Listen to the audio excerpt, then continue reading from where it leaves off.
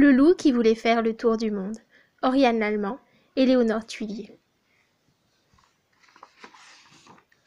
Le loup qui voulait faire le tour du monde.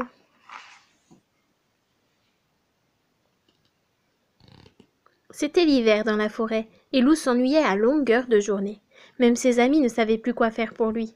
Un matin, il se regarda dans son miroir et s'écria « J'ai trouvé! Je vais voyager, voir d'autres pays, j'en ai toujours rêvé. » Aussitôt dit, aussitôt fait, sa valise fut bouclée. À Paris, le loup admira la ville à bord d'un bateau-mouche et découvrit la tour Eiffel. « Qu'elle est grande et belle !» s'exclama-t-il émerveillé. « Si on monte en haut, on peut voir le monde entier !» lui assura un pigeon. Vite, Loup grimpa au sommet pour voir sa forêt. Mais là-haut, il n'y avait que des toits à regarder et des pigeons qui rigolaient. Donc Loup en a profité pour écrire une carte postale. « Salut les amis, je suis à Paris. C'est une très belle ville où il y a deux types de personnes, des gens très pressés et des gens installés aux terrasses des cafés. Vous me manquez déjà, votre ami Loup. Mes copains dans la forêt lointaine. »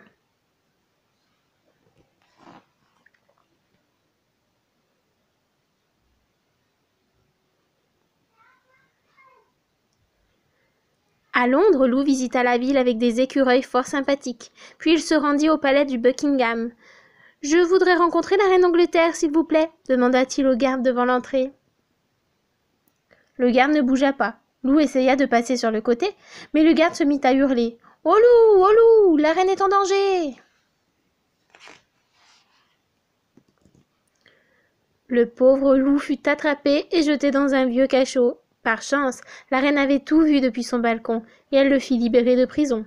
« Prendre le thé avec le loup, j'en ai toujours rêvé, » expliqua-t-elle à ses sujets.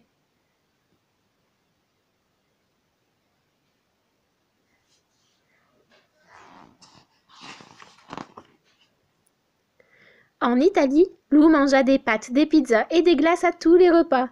Mamma mia, comme il se régala. À Rome, il fit le tour des musées, mais il en eut vite assez. À Venise, il fit un tour en gondole, mais sans sa louve chérie, tout lui semblait moins joli. Donc il en profite aussi pour lui écrire une petite lettre d'amour. « Ma louve chérie, aujourd'hui j'ai visité Venise, la ville des amoureux. C'était beau, mais tu m'as beaucoup manqué. Alors je voulais te demander, est-ce que tu veux te marier avec moi? Ton loup. » En Égypte, Loup découvrit le Sphinx et la grande pyramide.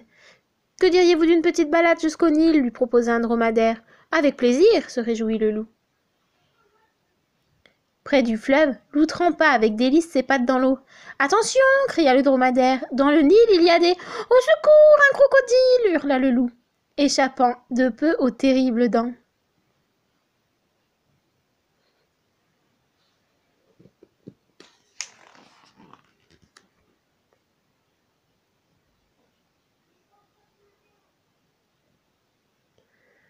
Au Kenya, Loup fit un safari. Au volant d'une jeep, il partit à la découverte de la savane. C'était l'heure la plus chaude de la journée, et les animaux étaient réunis autour de la mare. « Bonjour la compagnie !» dit Loup. « C'est quoi ça ?» demanda le zèbre. « Je sais pas !» répondit l'hippopotame. « Une sorte de hyène peut-être ?» suggéra le lion. « Mais non, je suis un loup !»« Un loup ! Ah ! Sauf qui peut !» hurlèrent les animaux terrorisés. Et ils disparurent dans les fourrés, laissant le pauvre loup seul et dépité.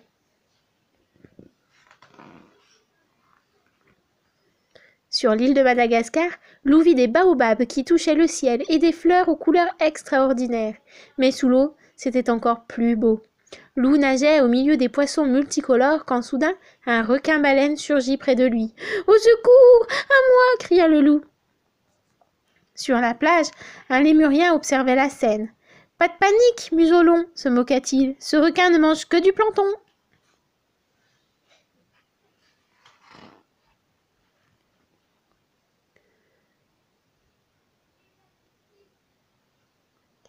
Au Népal, Loup escalada l'Everest, la plus haute montagne de l'Himalaya. Arrivé au sommet, il s'assit pour se reposer. Il ne vit pas tout de suite l'horrible créature qui l'observait. « Bienvenue chez moi, bel étranger !» roucoula demoiselle Yeti. « Je pourrais te manger, mais tu es trop mignon. Je préfère t'épouser. »« Ah, ça non !» cria Loup. et il prit ses pattes à son cou. Il dévala la montagne et traversa la vallée et le pays tout entier.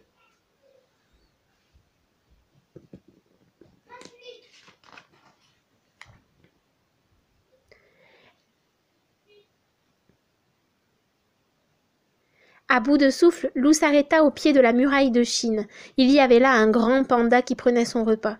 « Que se passe-t-il, noble étranger » s'inquiéta le panda. « Vous semblez bien pressé. »« Un yéti me poursuit. Pouvez-vous m'indiquer l'aéroport le plus proche, s'il vous plaît ?»« Avec plaisir, répondit le panda. Mais avant cela, voulez-vous partager mon repas ?»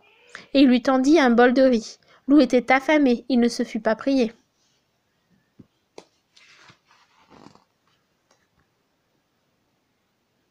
Le loup fut ravi d'arriver à Sydney en Australie. Quand il se fut bien reposé sur la plage, il décida d'aller surfer. Hélas, cela ne se passa pas comme il l'avait imaginé. Il aurait fini noyé si un kangourou ne l'avait pas repêché. Ah, vous avez vu au fond? C'est le Yeti. Oh là là. Donc il en profite aussi pour écrire une carte postale. Salut Alfred, aujourd'hui j'ai fait du surf pour la première fois, c'était génial de voler sur les vagues. Si tu avais vu ça, tu aurais été fier de moi. Lou, ton copain surfeur. Pour Alfred, dans la forêt lointaine, deuxième maison à gauche du nid de la pie.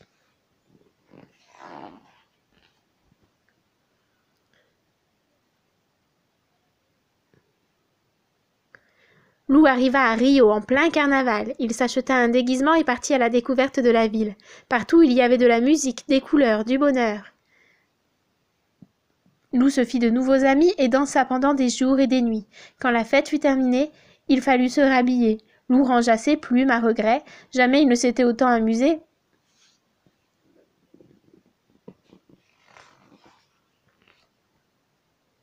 À New York, À New York, Lou admira la Statue de la Liberté, se balada au pied des buildings et fit du shopping. Il choisissait un cadeau pour Gros Louis quand il entendit un cri tout près de lui. « Mon loup chéri, je t'ai enfin retrouvé !»« Ah, ça non !» cria Lou, et il prit ses pattes à son cou. Il s'enfuit.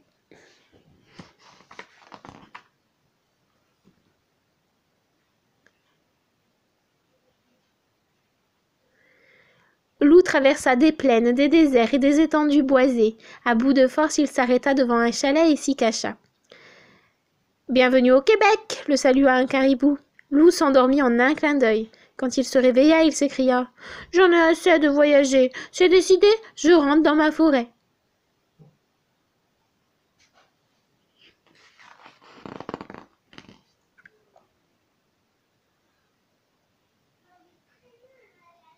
Lorsqu'il arriva chez lui, Lou poussa un grand soupir de satisfaction.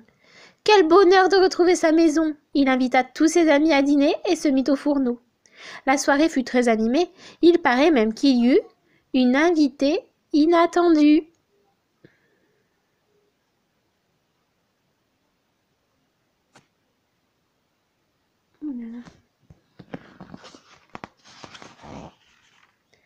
Et voilà.